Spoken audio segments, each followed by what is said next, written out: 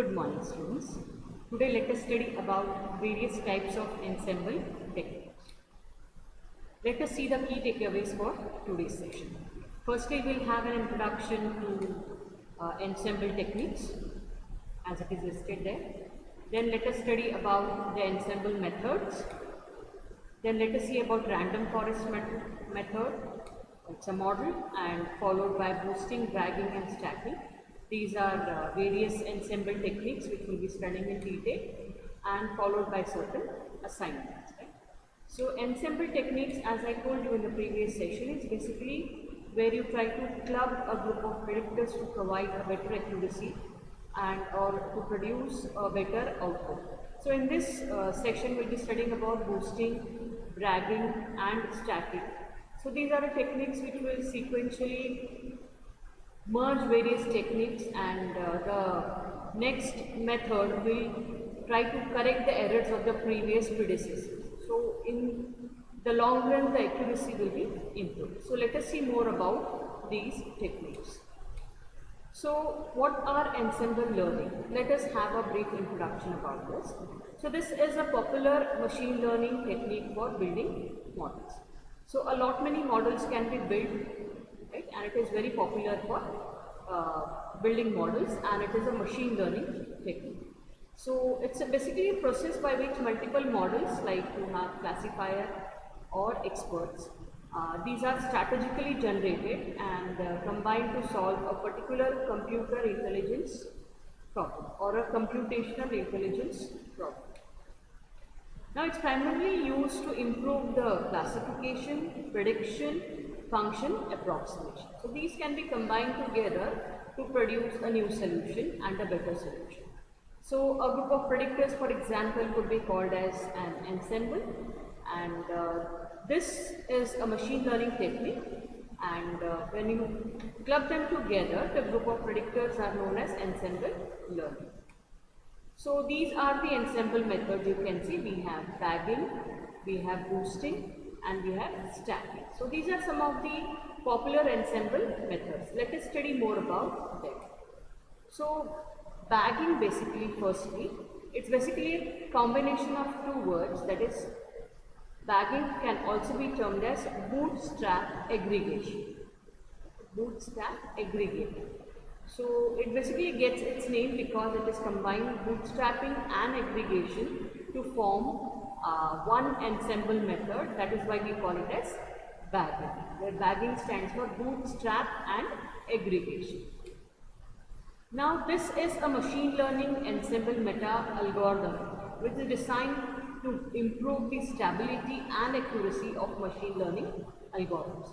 So this is basically used in statistical classification and regression. It could be used for both. It could be used for classification as well as regression.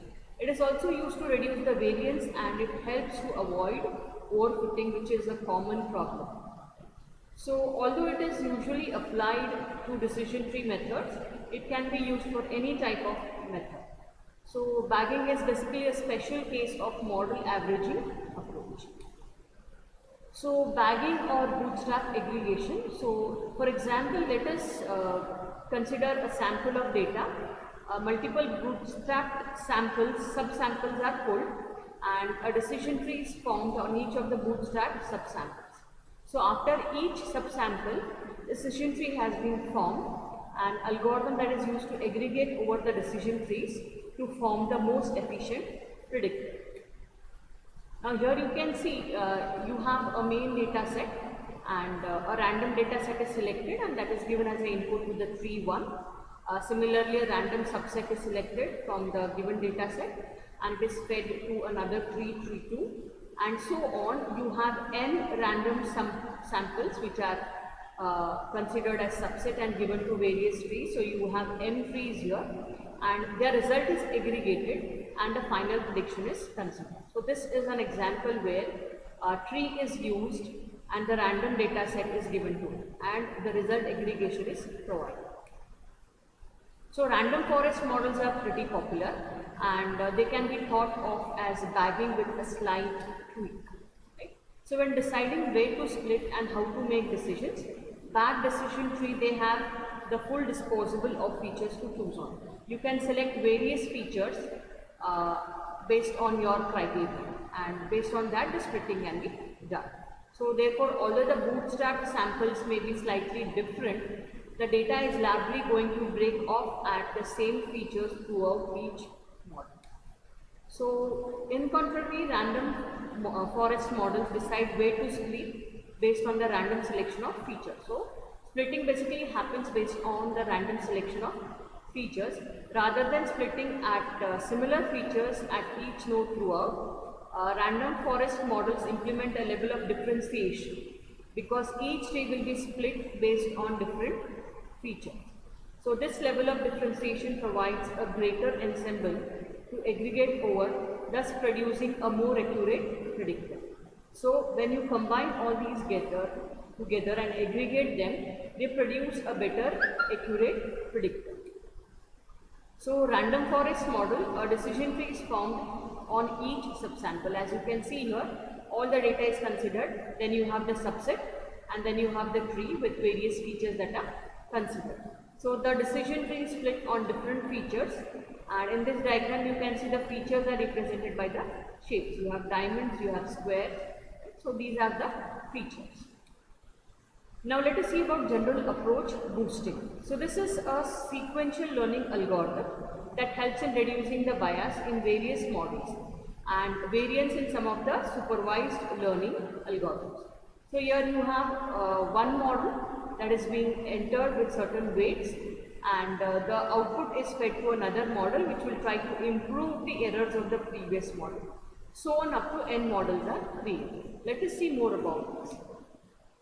So here you can see this is a clear diagram in which case a data set is given, a model is trained, this is a training data set, and it produces a testing model. It has certain errors, and the errors are basically removed and it is trained again, and another model is produced, and again it is tested, and if at all there are any errors, again the errors are removed, and so on, where the errors of the predecessor are removed by the next model. So here you can see this is basically going to be repeated n times. So finally it will be having a better accuracy. The final model will have a better accuracy. So this is also known as hypothesis boosting. So it refers to any ensemble method that can combine weak learners into strong learners. So the initial models which we discussed are termed as weak learners, and the final which keeps on progressing is basically termed as a strong learner. So in a sequential process where each subset or a subsequent model attempts to fix the errors of its predecessor. So boosting is an ensemble technique that learns from the previous predictor mistakes which we saw, where a predecessor has certain mistakes and the next model repairs those mistakes and tries to learn. So this basically is done to make better predictions in the future. So this technique combines several weak-based learners to form one strong learner, so thus significantly improving the predictability of the models. So boosting works by arranging the weak learners in a sequence, and the weak learners, as I told you, are those which have certain errors, and such that the weak learners learn from the next learner in a sequence to create better predictive models. So base learners are usually generated from the training data by base learning algorithm, which can be a decision tree, it could be a neural network, or any kind of machine learning algorithm which can be clubbed together. They could be classifiers, they could be predictors, they could be anything. So a weak learner basically has error probability less than half. Please note the error probability is less than half, which makes it better than random guessing on a two-class problem. So a weak learner, classifier or a predictor, for example, or any other algorithm is just one which performs relatively poor and its accuracy is above chance. So a strong learner has arbitrarily small error probability. So strong learners basically have a lesser probability. Now we have various forms of boosting. They basically are three types which we are considering in this session. You have gradient boosting, you have adaptive boosting which is also termed as AdaBoost, and then you have XGBoost which is extremely gradient boosting. So let us see about gradient boosting. Before that, let us see about AdaBoost. So this basically makes use of weak learners that are in the form of decision tree, which mostly include one split that is known as, that specific split is known as decision stump. Right?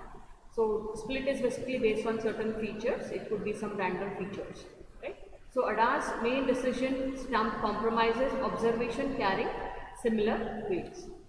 So let us see about gradient boosting. So this adds predictors sequentially to the ensemble, and where preceding predictors correct their successors.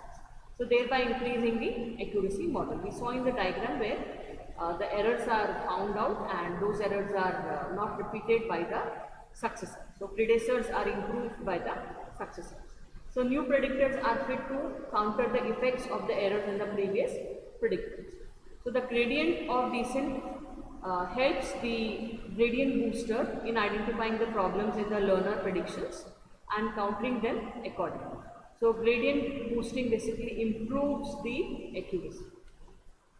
Then we have the XG boost, which is basically termed as extreme gradient boosting, and this makes use of decision tree with boosted gradient and providing improved speed and performance. So here the speed and the performance is going to be improved. So it relies heavily on the computational speed and the performance of the target model. So model training should follow a sequence, thus making the implementation of gradient boosting machines very slow. Let us see about boosting versus bragging. So under bagging, we have basically various training data sets are randomly drawn with replacement from the whole training data set, whereas at boosting, each new subset contains the components that were misclassified by the previous models. So bagging basically attempts to tackle the overfitting issue, whereas boosting tries to reduce the bias. In bagging, basically, if the classifier is unstable, high variance in case, which is termed as, then we need to apply bagging. And if the classifier is steady and straightforward, that is termed as high bias, then we need to apply boosting. Now in bagging, every model receives an equal weight. So equal weight is received by every model. So boosting models are weighted by their performance. Objective in bagging is basically to decrease the variance, not the bias. Whereas in bagging, it's basically objective is to reduce or decrease bias, not the variance. In the easiest way of connecting predictions that belong to the same type, that is in bagging, whereas in boosting it is the easiest way of connecting predictions that belong to the different types. Now let us see about stacking. So stacking is another ensemble method, and it is often referred to as stacked generalization, and this technique works by allowing a training algorithm to ensemble several other similar learning prediction algorithms. Stacking has been successfully implemented in regression, density estimation, distance learning and classification. So these are the various methods where stacking has been successfully implemented. So it can also be used to measure the error rate that is involved during bagging. So this was it for today's session. If you have any queries, you can contact me at the specified email ID. Before that, let us see about the important questions for this specific topic. These are the assignments and limited to this specific topic. And as I said, if you have any queries, do not hesitate to contact me at the specified email ID. Thank you. We are done for.